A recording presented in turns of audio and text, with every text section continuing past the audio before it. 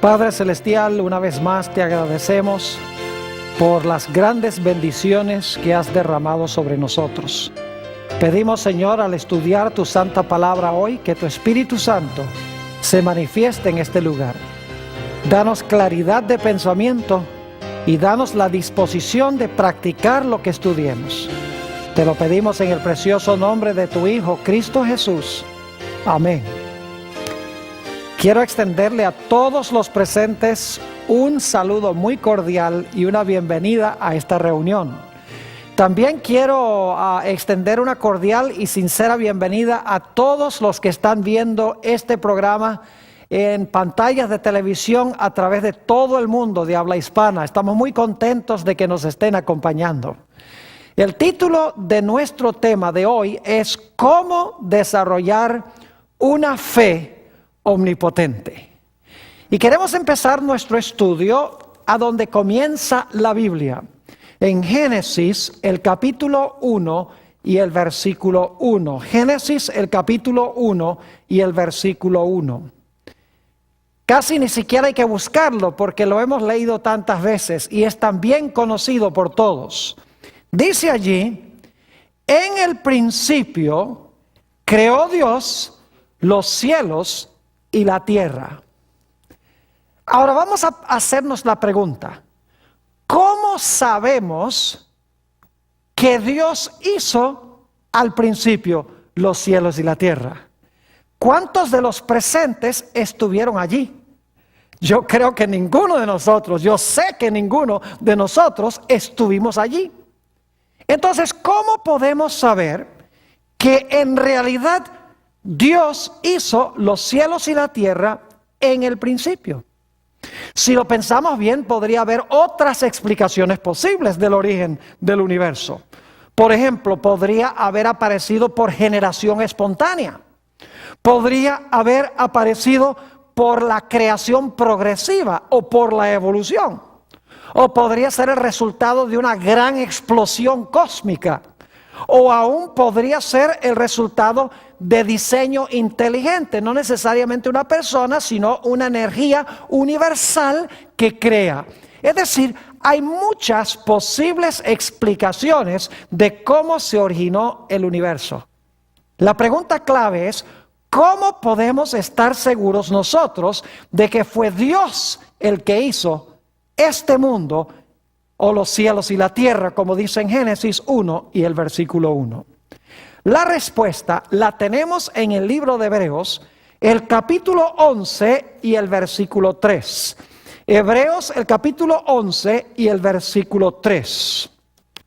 Dice allí, hablando en cuanto a la creación, lo siguiente: por la fe creemos o entendemos haber sido constituido el universo por la palabra de Dios, de modo que lo que se ve fue hecho de lo que no se veía. ¿Cómo sabemos que lo que se ve fue hecho de lo que no se veía? Dice en Hebreos 11 y el versículo 3 que es por fe. Es decir, creemos que Dios creó los cielos y la tierra por fe. No estuvimos allí, no lo vimos, no lo oímos, no lo presenciamos, pero sabemos que es verdad porque Dios en su palabra dice que Él fue el creador del cielo y de la tierra. Es decir, creó a este mundo de la nada con su pura palabra. Este concepto se amplía en el libro de los Salmos, el capítulo 33 y el versículos 6 al 9. Salmo 33 y el versículo 6, y vamos a leer entonces el versículo 9. Dice allí lo siguiente: por la palabra de Jehová fueron hechos los cielos, y todo el ejército de ellos por el aliento de su boca, porque él dijo y fue hecho. Él mandó y existió. Fíjense que este pasaje dice claramente cómo se originó el cielo y cómo se originó la tierra. Dice que Dios dijo y fue hecho. Dios habló y existió. No estábamos allí, pero la Biblia dice que Dios fue el que hizo los cielos y la tierra. Lo entendemos y lo aceptamos por fe, porque Dios lo dice. Creemos en su palabra, en otra forma de decirlo. Ahora hablemos un poco de la creación de Adán y Eva. Es más, vamos a hablar un momento de la prueba que Dios colocó en el huerto para Adán y Eva. Es interesante notar que Adán y Eva no vieron a Dios crear absolutamente nada. Porque los primeros 6 días, antes de que existiera Adán, él no vio obviamente la creación de nada. Y cuando Dios creó a Eva, Adán estaba dormido. Así que Adán no vio la creación de Eva tampoco. Entonces, ¿cómo podían estar seguros Adán y Eva de que Dios era su creador? Si no lo habían visto, si no lo habían presenciado, ¿cómo podían estar seguros? Sencillamente porque Dios les dijo a Adán y Eva: yo fui el creador de ustedes. Es decir, debían aceptarlo por fe, porque Dios lo dijo, debían creerlo. Pero Dios puso en el huerto un árbol para probar la fe de Adán y Eva, para ver si ellos en verdad iban a confesar que Dios era su creador. Y Dios le dijo a Adán y Eva: mire, ese árbol va a demostrar si ustedes creen que yo soy el creador o no.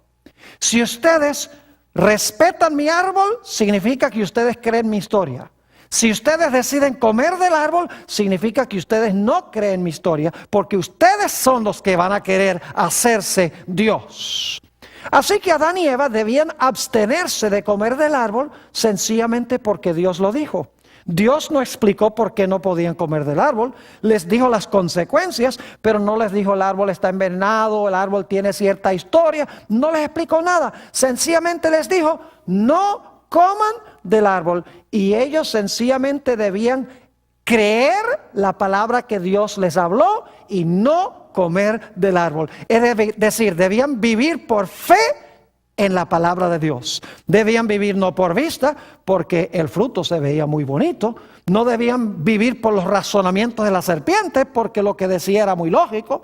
No debían regirse por un milagro, porque la serpiente habló y las serpientes no hablan. No debía Adán haberse regido por lo que dijo su esposa.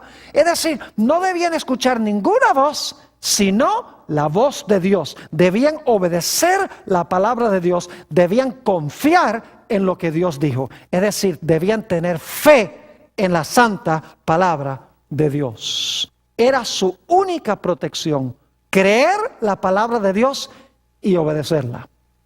Ahora es interesante notar que en Hebreos el capítulo 11 se menciona una larga lista de héroes que se encuentran mencionados en el libro de Génesis. Así que voy a invitarles durante los próximos minutos a que busquen en sus Biblias el libro de los Hebreos o a los Hebreos, capítulo 11, y vamos a notar a varios héroes de la fe que se mencionan allí en este capítulo. Empecemos en primer lugar con Abel. Hebreos 11 y el versículo 4. Obviamente no estamos ahora en el libro de Génesis, estamos en Hebreos, pero es interesante que los personajes que se mencionan en Hebreos en realidad están en Génesis. Dice allí en Hebreos 11 y el versículo 4: por la fe Abel ofreció a Dios más excelente sacrificio que Caín, por lo cual alcanzó testimonio de que era justo, dando Dios testimonio de sus ofrendas, y muerto aún habla por ella. ¿Qué fue lo que hizo Abel? Por fe ofreció ¿un qué?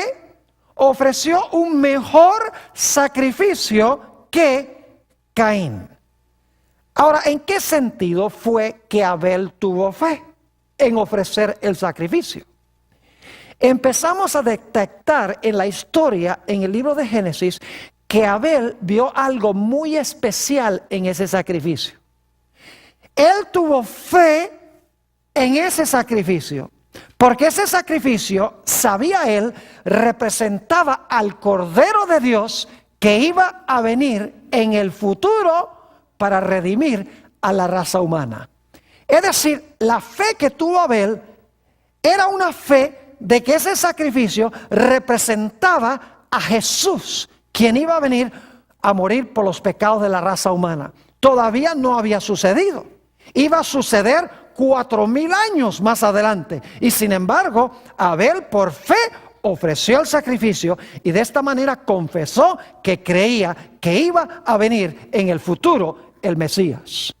Por eso nos dice en el libro de Génesis que Abel ofreció la grosura o la grasa del animal y ofreció también el primogénito. Ahora es interesante notar que en el sistema de sacrificios de Israel, un poco más adelante en la historia, Dios le dijo a Israel que cuando ofrecieran los animales, quemaran la grasa y que ofrecieran a él los primogénitos, porque eso representaba a Jesús el primogénito.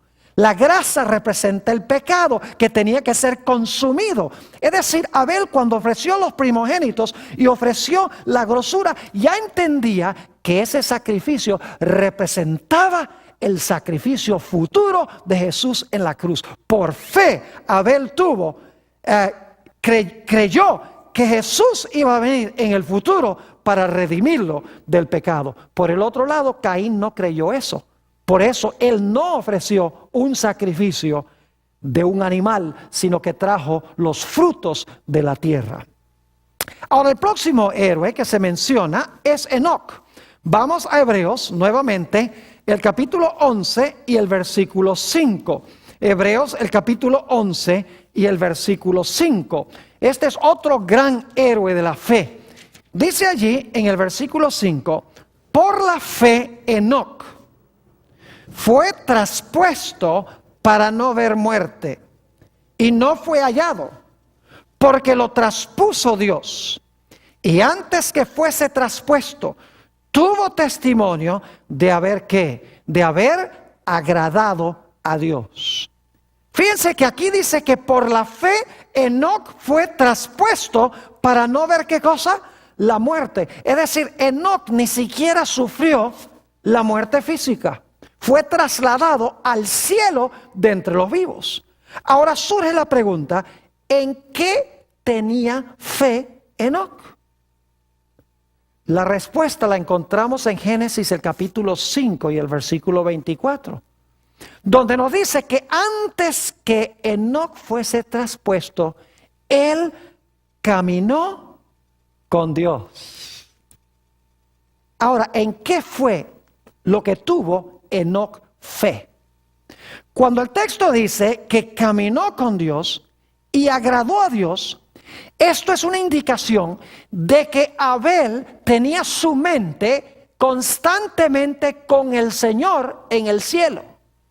Es decir, aunque Jehová estaba en el cielo, Enoc, su mente estaba tan cercana a Dios que él caminaba con Dios en la tierra, estando Dios en el cielo. Su mente estaba, en otras palabras, en la patria celestial.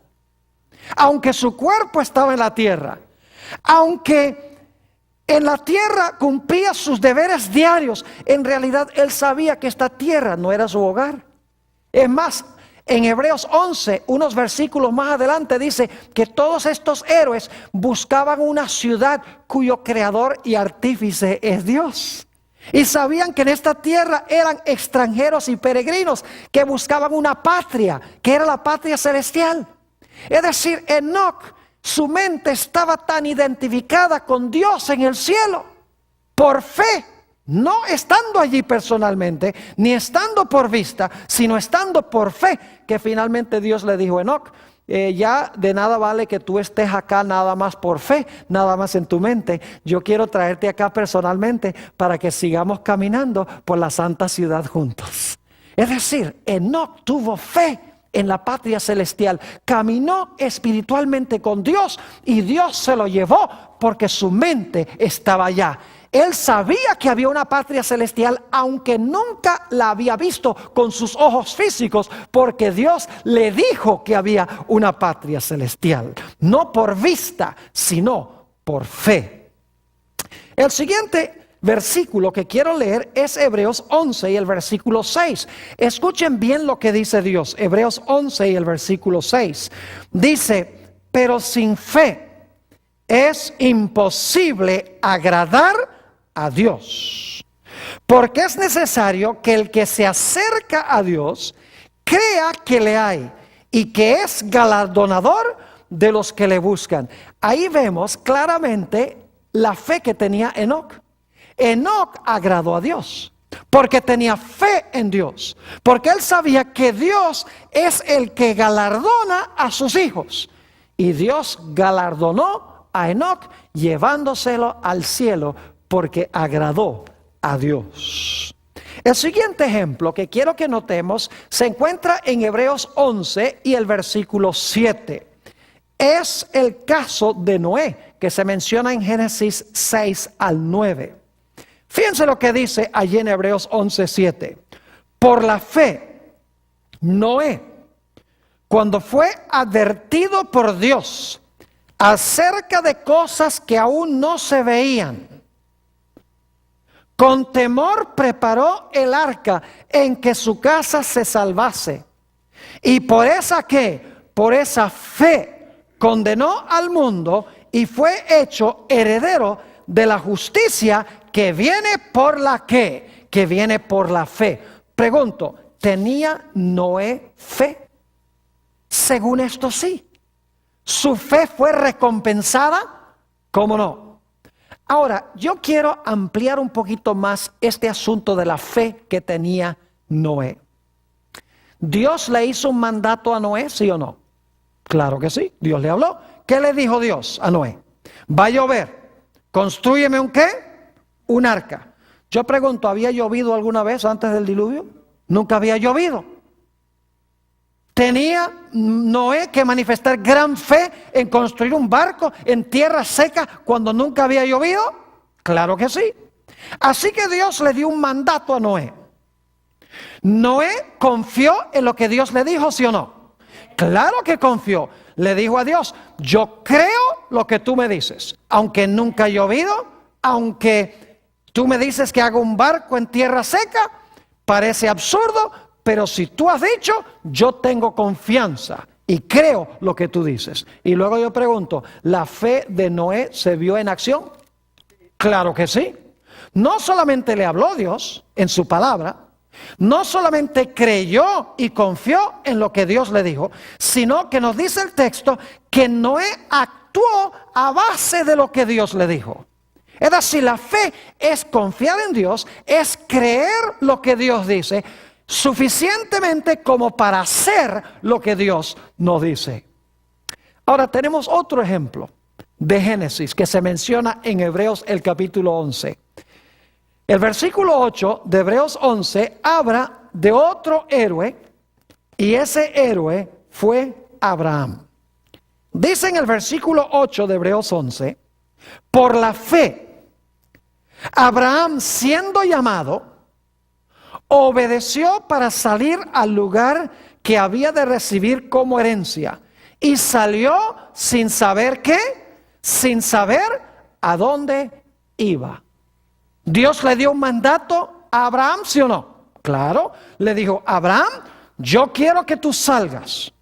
No te voy a decir para dónde vas a salir, pero sí te digo que salgas. Pregunto, ¿confió Abraham en lo que Dios le dijo?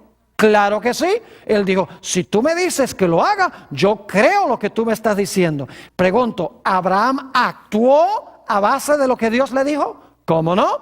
Él dijo, Sara, empieza a empacar, porque nos vamos. Y Sara dice, ¿para dónde vamos? Él dice, yo no sé. Dios sencillamente habló y yo confío en lo que Dios dice y vamos a salir, vamos a actuar, vamos a obedecer la palabra. Es decir, la fe es creer lo que Dios dice y es hacer lo que Dios dice, cueste lo que cueste. Saben ustedes que a veces Abraham vivía por vista, no por fe. Una vez descendió a Egipto y cuando vio a Faraón dijo, no, Faraón va a pensar que Sara es mi esposa y entonces la va a tomar y me va a matar a mí. Así que Abraham dice, yo lo que voy a hacer es decir que es mi hermana para salvarme yo. Una falta de fe. Le pasó también con Abimelech, el rey de Gerar. Le dijo, no, es mi hermana. Y Abimelech dijo, ¿por qué no me dijiste que era tu esposa además de ser tu hermana? Y también Abraham mostró falta de fe cuando Sara le dijo que tuviera a Ismael para traer al mundo al hijo de la promesa, cuando Dios le había dicho que de Sara iba a nacer el hijo. Es decir, que a veces Abraham, el padre de la fe, vivía también por vista. Y mucha gente hoy en día también vive por vista, desconfía de lo que Dios les dice. Y como resultado desobedecen lo que Dios ha dicho. Pero gracias a Dios que cuando Dios vino a Abraham y le dijo que saliera, él creyó lo que Dios dijo y actuó saliendo a la tierra de Canaán. Siguiente ejemplo que quiero dar, lo encontramos en Hebreos 11 y el versículo 11 y 12. Hebreos 11 y el versículo 11 y 12. Aquí está hablando de la esposa de Abraham. Ahora imagínense ustedes que cuando pasa esto, Sara tiene 89 años y Abraham tiene 99. Creo que estaban más allá de la edad de tener hijos. Ahora fíjense lo que dice en los versículos 11 y 12.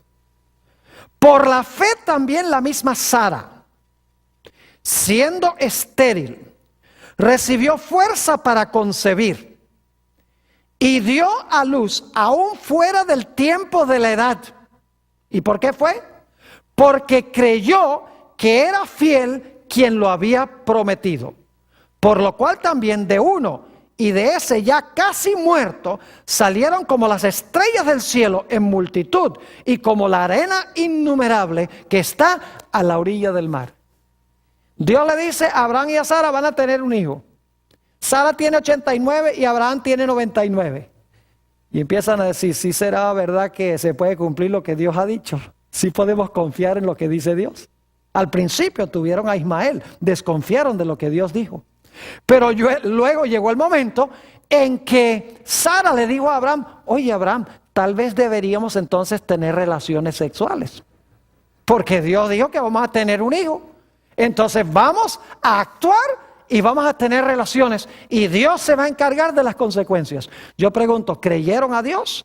¿Cómo no? ¿Actuaron a base de lo que Dios les dijo? ¿Cómo no? Y Dios recompensó la fe que ellos tenían, ¿sí o no? Claro que sí. Dios les dio a Isaac. Nuevamente encontramos que Dios habla. Abraham y Sara creen lo que Dios habla. Y Abraham y Sara actúan a base de lo que Dios ha dicho. Es decir, la fe es creer en la palabra de Dios y hacer lo que Dios dice, cueste lo que cueste. Sencillamente es creer y obedecer la palabra de Dios. Tenemos otro ejemplo. Este también es de Abraham. Volviendo otra vez a Hebreos, el capítulo 11. Vamos a leer los versículos 17 al 19. Hebreos 11, 17 al 19. Aquí esto está sucediendo ya al final de la vida de Abraham. Y dice, por la fe Abraham, cuando fue probado, ofreció a Isaac, y el que había recibido las promesas ofrecía su unigénito, habiéndosele dicho, en Isaac te será llamada descendencia, pensando que Dios es poderoso para levantar aún de entre los muertos, de donde en sentido figurado también le volvió a recibir. Imagínense que Dios le había dicho a Abraham, mira, vas a tener un hijo en tu vejez. Y le dijo lo mismo a Sara. Y ellos creen a Dios, tienen relaciones sexuales. El hijo Isaac nace, es el hijo de la promesa. Y ahora Dios le dice a Abraham, yo quiero que tú me tomes a ese hijo de la promesa y lo lleves y me lo sacrifiques en un monte. Imagínense, tiene que haber exigido una fe extraordinaria para que Abraham hiciera lo que Dios le decía. Fíjense nuevamente que Dios le da un mandato a Abraham. Dios le habla a Abraham. Abraham cree y confía en lo que Dios dice. Y por lo tanto se levanta muy temprano, toma a su hijo Isaac y lo lleva allá a la montaña, a donde Dios lo había mandado a sacrificar a su hijo. Noten nuevamente que Dios habla, Abraham cree y luego Abraham actúa a base de lo que Dios ha dicho. Ahora escuchen bien, Abraham podría haberse guiado por sus emociones.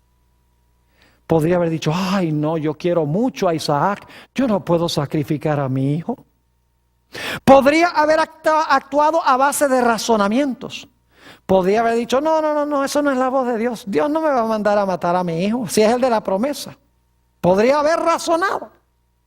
Podría Abraham haber despertado a su esposa y escuchado la voz de Sara. No, ¿cómo se te ocurre que vas a sacrificar a tu hijo? El hijo de la promesa. No puedes hacer eso. Podría haber pensado, bueno, Dios dice no matarás, así que Dios no me va a mandar a matar a mi propio hijo. Podría haber razonado, podría haber actuado a base de sus emociones, a base de lo que le decía Sara. Pero Abraham no vivía por vista, ni por emoción, ni por razonamiento. Abraham vivía por toda palabra que salía de la boca de Dios. Y cuando Dios habló, él creyó a Dios, se levantó y llevó a su hijo para sacrificarlo. ¿Están entendiendo un poco mejor lo que es la fe? Sencillamente la fe significa que cuando Dios habla, nosotros confiamos y creemos en lo que Dios dice. Y lo creemos de tal manera que hacemos lo que Dios nos pide, sencillamente. Ahora, hay un par de ejemplos más que quiero que notemos. Hebreos el capítulo 11 y el versículo 20. Hebreos el capítulo 11 y el versículo 20. Dice allí, por la fe bendijo Isaac a Jacob y a Esaú respecto a cosas venideras. ¿Recuerdan ustedes que cuando nacieron Jacob y Esaú, hubo una profecía que decía que el mayor serviría al menor? Ahora, en ese momento no se sabía cómo iba a pasar eso. Pero nos dice la profecía que Isaac habló esas palabras y dijo que iba a suceder porque Dios había explicado que eso era lo que iba a suceder. Y yo pregunto, ¿Isaac bendijo a Jacob con la primogenitura? ¿Cómo no? Le dio también una bendición a Esaú, aunque no fue la bendición de la primogenitura. Claro que sí, porque tenía fe en que Dios había mandado que Jacob iba a recibir la primogenitura y Esaú, aunque iba a recibir una bendición, no iba a recibir la primogenitura. Es decir, a Isaac se le permitió ver el futuro de sus dos hijos por fe, aunque no lo veía en ese momento. Noten Hebreos el capítulo 11 y el versículo 22. Hebreos 11, 22. Este es el último ejemplo que vamos a tomar de Génesis. Y luego quiero darles algunos ejemplos adicionales de la Biblia para que entendamos un poquito mejor lo que es este asunto de la fe. Cómo desarrollar una fe omnipotente. Noten lo que dice nuevamente Hebreos el capítulo 11 y el versículo 22. Por la fe José, al morir, mencionó la salida de los hijos de Israel y dio mandamiento acerca de sus ¿qué? Acerca de sus huesos. Imagínense que José, centenares de años antes de que Israel salga de Egipto, él está profetizando que Israel va a salir de Egipto. Y es más, está diciéndole al pueblo, cuando salgan de Egipto, lleven mis huesos con ustedes a Canaán. ¿Cómo sabía José que el pueblo iba a salir de Egipto? Muy sencillo. En Génesis 15, 400 años antes del Éxodo, Dios le había dicho a Abraham que el pueblo de Israel iba a estar en Egipto. Iban a servir a los egipcios 400 años. Pero que al final de los 400 años, Dios iba a sacar al pueblo de Israel de allí con gran riqueza de los egipcios. Es decir, que la profecía se le dio a Abraham 400 años antes que sucediera y Abraham lo creyó. Unos 200 años después, José está dando también esta misma profecía. Y saben ustedes que en Éxodo, el capítulo 1 y el capítulo 2, nos dice que cuando el pueblo de Israel salió de Egipto, llevaron con ellos a los huesos de José. Exactamente como José lo había dicho. Pudo discernir y ver el futuro centenares de años antes que sucediera, porque creyó la promesa que Dios había hecho a Abraham en Génesis, el capítulo 15. Es decir, la fe nos permite ver lo que en el momento con los ojos físicos no se ve. Nos permite confiar en lo que Dios dice, aun cuando todavía no ha sucedido. Cuando Dios le dijo a Noé que iba a llover, Noé no había visto ninguna lluvia. Pero creyó que Dios iba a mandar lluvia, aunque no veía la lluvia, aunque la lluvia todavía no había caído. Él creyó que iba a suceder y por lo tanto, ¿qué hizo Noé? Noé se levantó y construyó un arca y como resultado se salvó él junto con toda su familia. Ahora, ¿cómo es que nosotros desarrollamos esa fe? Nota lo que dice en Romanos, el capítulo 10 y el versículo 17. Romanos el capítulo 10 y el versículo 17. Es un texto corto, pero muy significativo. Dice, así que la fe es por el oír, y el oír por la ¿qué? Y el oír por la palabra de Dios. Ahora le voy a explicar cómo es el proceso. Primero lo que hacemos es creer en Dios. Y si creemos en Dios, creemos en su palabra, ¿sí o no? Si creemos en alguien, vamos a creer lo que ese alguien nos dice, ¿verdad que sí? Ahora, ¿por qué creemos en alguien? ¿Por qué creemos en lo que nos dice alguien? Sencillamente porque le conocemos. ¿No es así? ¿Y cómo llegamos a conocerlo? Pasando tiempo con él. Ahora fíjense cómo es el proceso. El proceso es que primero creo en alguien. Creo en ese alguien y lo que me dice. Porque si creo en él, creo lo que me dice. Creo en lo que me dice porque lo conozco. Y lo conozco porque he pasado ¿qué cosa? Porque he pasado tiempo con él o con ella. Por eso es que Abraham, por eso es que Noé, por eso es que todos estos héroes creían lo que Dios decía, porque conocían a Dios, porque habían pasado tiempo con Dios, habían hablado con Dios, habían estudiado la palabra de Dios, por eso confiaban en Él, porque lo conocían. Es decir, para desarrollar fe tenemos que creer en lo que dice Dios, porque creemos en Él, porque lo conocemos a Él. Déjenme darles un ejemplo para que podamos entender lo que estoy diciendo. Supongamos que ustedes están caminando por la calle y viene una persona y le dice, oiga señor, por favor me presta $1,000, yo se los pago mañana. ¿Cuántos de ustedes le prestarían los $1,000 si nunca lo han visto en la vida? Les apuesto que ni uno solo les presta los $1,000. ¿Verdad que no? ¿Por qué no se lo prestan? Está prometiendo, está dando su palabra, y doy mi palabra, mañana te lo pago. ¿Por qué si ustedes no le prestan los $1,000? Oh, porque no lo conocen. ¿Y por qué es que no lo conocen? Porque no han pasado tiempo con él y ustedes no saben si pueden confiar en lo que él dice.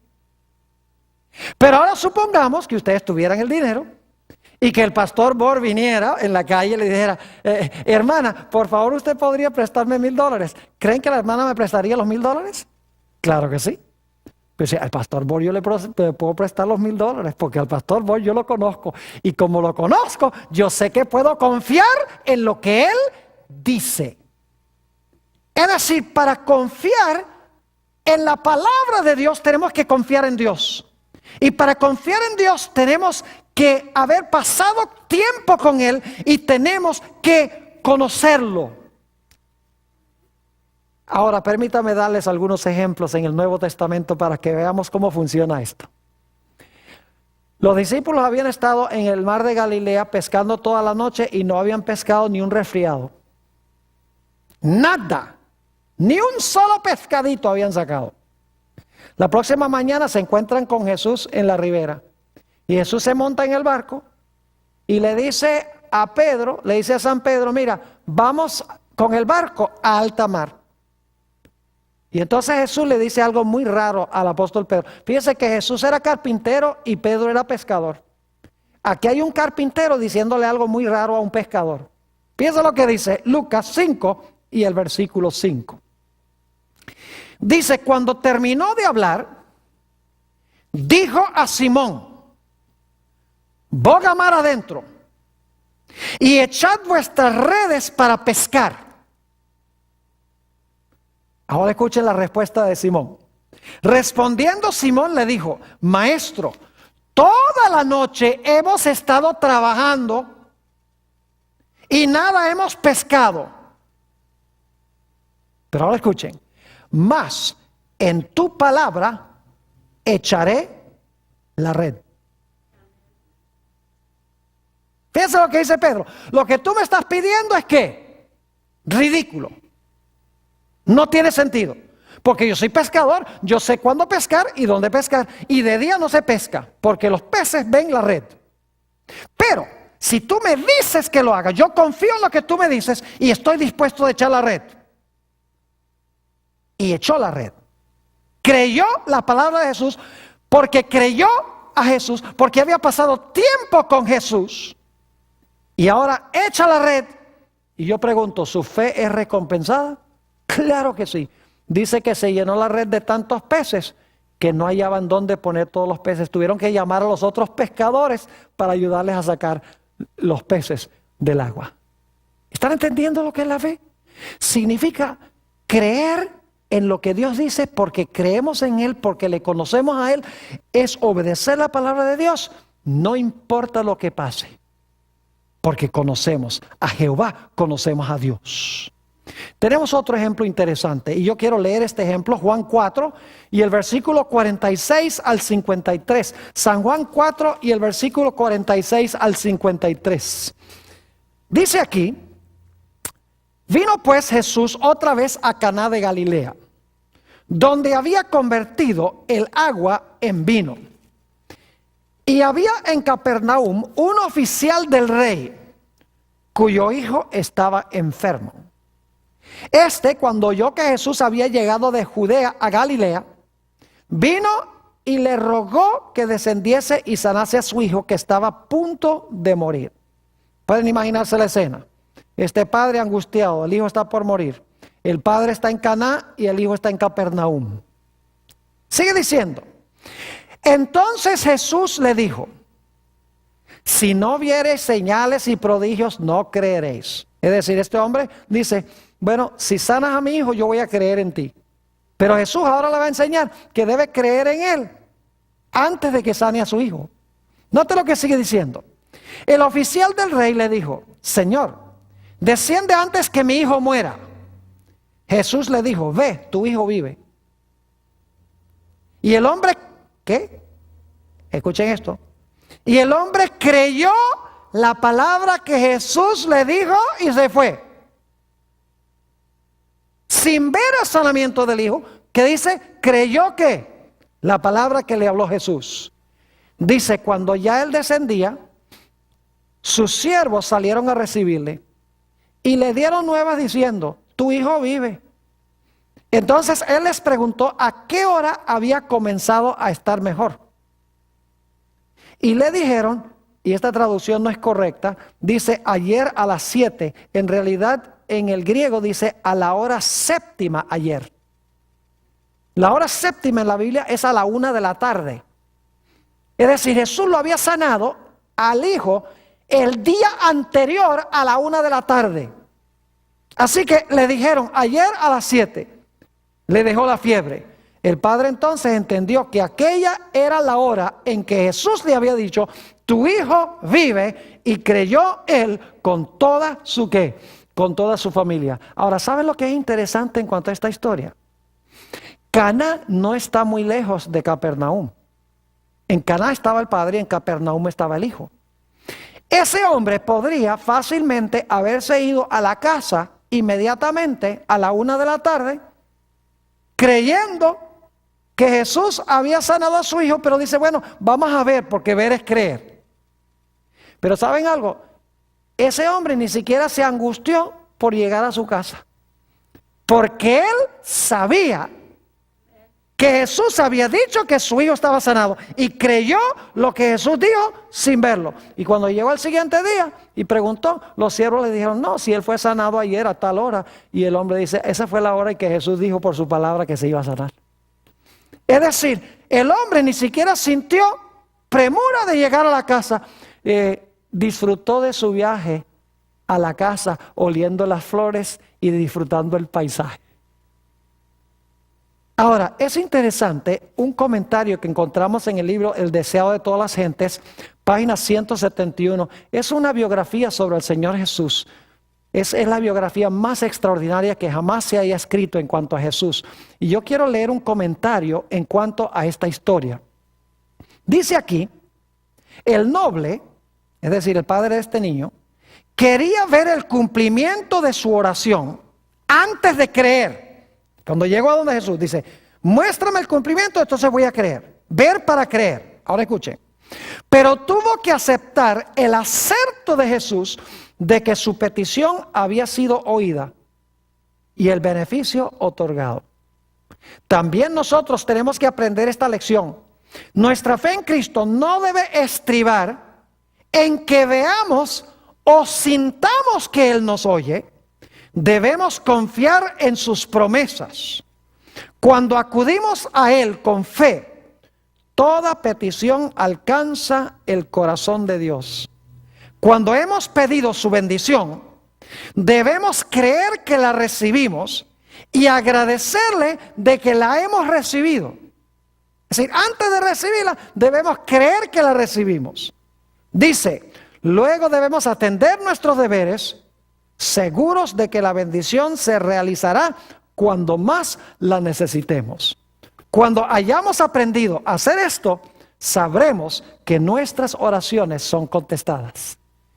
El mundo dice, ver es creer, pero Dios dice, creer es ver.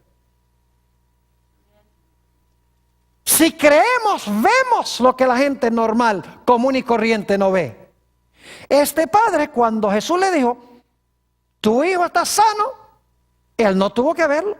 Él creyó la palabra de Jesús y se fue de paseo, de regreso a la casa, durmió bien y el siguiente día completó el viaje. Algo extraordinario. Creer en la palabra de Dios, eso es lo que significa tener fe. Y saben, hay un ejemplo en los evangelios a donde viene un centurión a Jesús y le dice, mi hijo está gravemente enfermo. Quiero que por favor sanes a mi hijo. Y Jesús le dice, bueno, ok, vamos a tu casa. Y el centurión le dice, no es necesario. No es necesario que tú vengas a mi casa. Di la palabra y mi hijo sanará. Imagínese un centurión romano que no era ni judío. Qué gran fe tenía. Dice, habla la palabra y mi hijo sanará. Y luego él dice, porque yo tengo ciertas personas a quienes yo mando a hacer cosas. Y yo le digo a este, ve allá, y al otro le digo, ve allá, y ellos hacen lo que yo digo. Así que le está diciendo a Jesús, tú sencillamente di la palabra y tus emisarios van a hacer lo que tú les mandes. ¿Y saben quiénes eran los emisarios de Jesús? ¿Saben cómo Jesús hacía sus milagros? A través del ministerio de sus santos ángeles. Así como este hombre tenía soldados subalternos que él mandaba a cumplir lo que él decía, el Señor Jesús tenía ángeles que cumplían los designios de su voluntad. Es decir, que cuando Jesús en Caná de Galilea habló de que este hijo debía sanarse, los ángeles estaban allá haciendo lo que Jesús había dicho a través de su santa palabra. Es decir, el Señor Jesús, Dios usa los ángeles para cumplir los designios de su voluntad. Quiero referirme también a la experiencia de Jesús para que entendamos cómo funciona el mecanismo de la fe. Vamos a leer Mateo 27 y el versículo 46. San Mateo 27 y el versículo 46. Jesús está colgando en la cruz y todos conocemos estas palabras. Dice, cerca de la hora novena, es decir, a las 3 de la tarde. Jesús clamó a gran voz diciendo: Elí, Elí, lama sabactaní. Esto es: Dios mío, ¿por qué me has desamparado? Yo pregunto, ¿se sentía Jesús desamparado por su Padre? ¿Sí o no? Claro que se sentía desamparado por su Padre, porque está diciendo: Dios mío, ¿por qué me has desamparado? Jesús, por sus emociones y por sus pensamientos, estaba seguro de que había sido desamparado por su Padre. Pero ¿saben algo? A pesar de que intelectualmente y emocionalmente Jesús se sentía abandonado por su Padre, por fe en su Padre, él sabía que su Padre no lo había abandonado. Note lo que dice en Lucas 23 y el versículo 46. Estas son las últimas palabras que habló Jesús en la cruz. Dice allí: entonces Jesús, clamando a gran voz, dijo: Padre, en tus manos encomiendo mi espíritu. Y habiendo dicho esto, expiró. Fíjense que acababa de decir: ¿por qué me has desamparado? Pero luego Jesús dice: Padre, en tus manos encomiendo mi espíritu. Se sentía abandonado, pero sabía que no estaba abandonado. Porque si él estaba seguro de que el Padre lo había abandonado, entonces no hubiera dicho: Padre, en tus manos encomiendo mi espíritu. ¿Cómo entendemos este asunto de que Jesús se siente desamparado de su Padre, pero luego dice: no estoy desamparado, Padre, en tus manos encomiendo mi espíritu? ¿Cómo entendemos esto? Muy sencillo. Jesús no se regía por emociones y sentimientos. Jesús no se regía por sus pensamientos. Jesús se guiaba única y exclusivamente por las promesas que le había hecho su Padre. Aunque se sentía abandonado, sabía que no estaba abandonado porque su Padre le había dicho que iba a estar con él. Y lo aceptó por fe, aunque no sentía la realidad de que el Padre estaba con él. Nuevamente, en el deseado de todas las gentes, la página 704, tenemos este comentario sobre esta experiencia de Jesús. Dice allí: entre las terribles tinieblas, aparentemente abandonado de Dios, Cristo había apurado las últimas heces de la copa de la desgracia humana. En esas terribles horas, ahora escuchen, en esas terribles horas había confiado en la evidencia que antes recibiera de que era aceptado de su Padre. Conocía el carácter de su Padre. Vea que conocía a su Padre. Comprendía su justicia, su misericordia y su gran amor. Por la fe, confió en aquel a quien había sido siempre su placer obedecer. Y mientras sumiso se confiaba a Dios, desapareció la sensación de haber perdido el favor de su Padre. Por la fe, Cristo venció. Fíjense qué interesante este comentario. Un comentario profundo de lo que pasó con Jesús. Se sentía desamparado, pero su Padre le dijo: no te voy a desamparar. Jesús no se guiaba por los que sentía, sino por las promesas que su Padre le había hecho. Por eso podía decir: ¿por qué me has desamparado? Y luego decir: en tus manos encomiendo mi espíritu. Jesús vivía confiado en su Padre porque conocía a su Padre, porque había pasado tiempo durante su ministerio con su Padre. Es decir, la fe se desarrolla oyendo la palabra de Dios, conociendo a Dios, obedeciendo a Dios, porque lo conocemos y creemos y confiamos en Él. Me hace pensar de la experiencia de los 3 jóvenes en el horno de fuego en los días de Nabucodonosor. ¿Recuerdan eso? Imagínense que uno vaya a ser incinerado. Terrible. ¿Saben ustedes cómo estos jóvenes estuvieron dispuestos de pararse allí y decir: nosotros no nos vamos a inclinar ante tu imagen, aunque nos incineres en ese horno? ¿Saben lo que reclamaron esos 3 jóvenes? Reclamaron una promesa bíblica. Noten Isaías 43 y el versículo 2. Ellos conocían esta promesa porque Isaías escribió antes de esta experiencia. Dice en Isaías 43, 2: cuando pases por las aguas, yo estaré contigo. Y si por los ríos, no te anegarán. Cuando pases, ahora escuchen, cuando pases por el fuego, no te quemarás, ni la llama arderá en él. Es decir, estos tres jóvenes, aunque veían el horno, sentían el calor, no vivían por sus sentidos, ni por su vista, ni por sus oídos, ni por nada. Sencillamente dijeron, hay una promesa de Dios de que el fuego no nos va a quemar. Y nosotros conocemos a Dios, creemos en Él, confiamos en su palabra y vamos a obedecerle. No vamos a obedecer al rey. ¿Están entendiendo lo que está pasando aquí? ¿Saben que pronto esta experiencia se va a repetir de nuevo a nivel mundial con todo el pueblo de Dios? Porque el libro de Apocalipsis dice que la bestia, de quien hemos hablado ya, va a levantar su imagen. Y va a mandar a todos a que adoren la imagen de la bestia. Y cualquiera que no adore la imagen de la bestia sea muerto. La misma experiencia de Daniel 3. ¿Qué tendremos que hacer entonces nosotros? Nosotros tendremos que confiar implícitamente en las promesas de Dios. Es decir, tenemos que asimilar las promesas, tenemos que llenar nuestras mentes con las promesas de Dios, tenemos que pasar tiempo con Él, tenemos que orar, tenemos que llegar a conocerle personalmente para que cuando venga la crisis no vivamos por vista, ni por emociones, ni por pensamientos, ni por lo que dicen los demás, sino por toda palabra que sale de la boca de Dios. Ahora, no quiero terminar esta presentación sin mencionar algunas cosas que van a pasar al final de la historia. ¿Saben ustedes que la Biblia dice que Satanás va a falsificar la segunda venida de Cristo? Lo dice en 2 de Tesalonicenses, el capítulo 2. Satanás se va a aparecer en diferentes partes del mundo como si él fuera Cristo. Se va a parecer a Cristo como se describe a Cristo en Apocalipsis 1.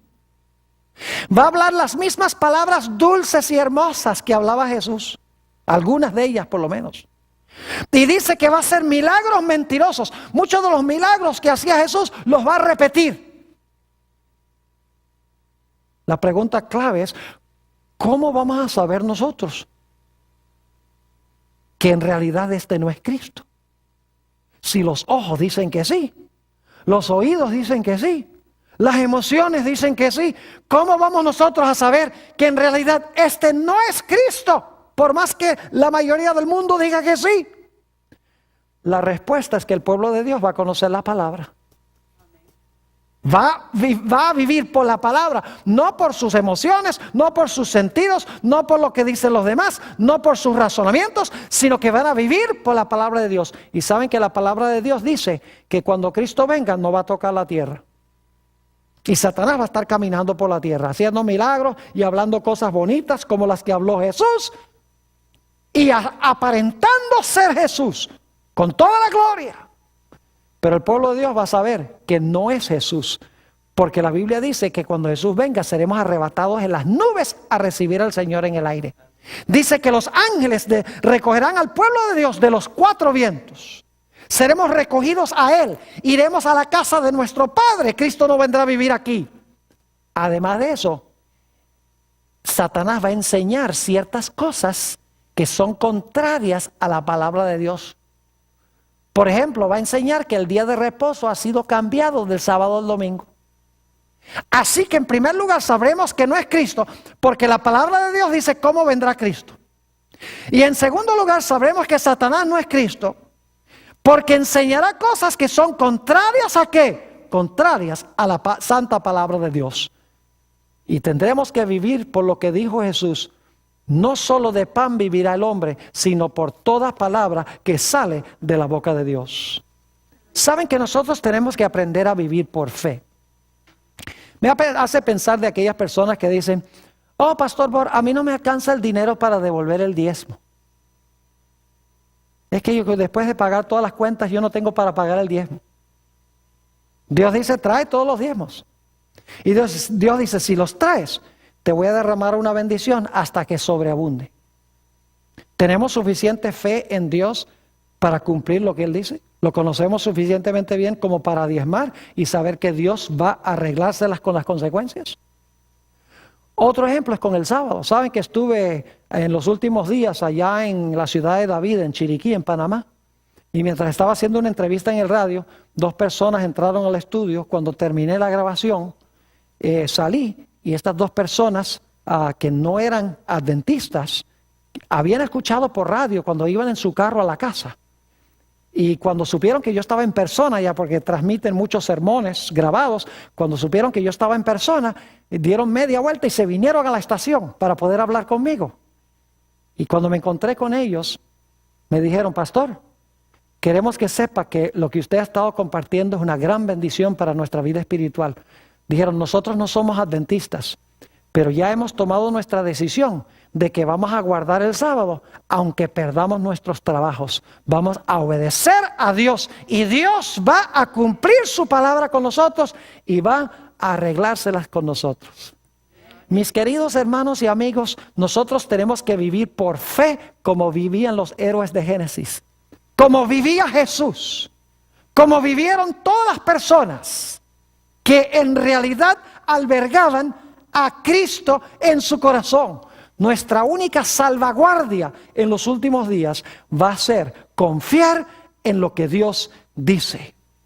Debemos vivir como vivió nuestro Señor Jesucristo. Cuando Satanás vino y lo acechó, el Señor Jesucristo dijo: suena bonito lo que me dices, tiene lógica, pero yo vivo por toda palabra que sale de la boca de Dios. Que esa sea nuestra experiencia también.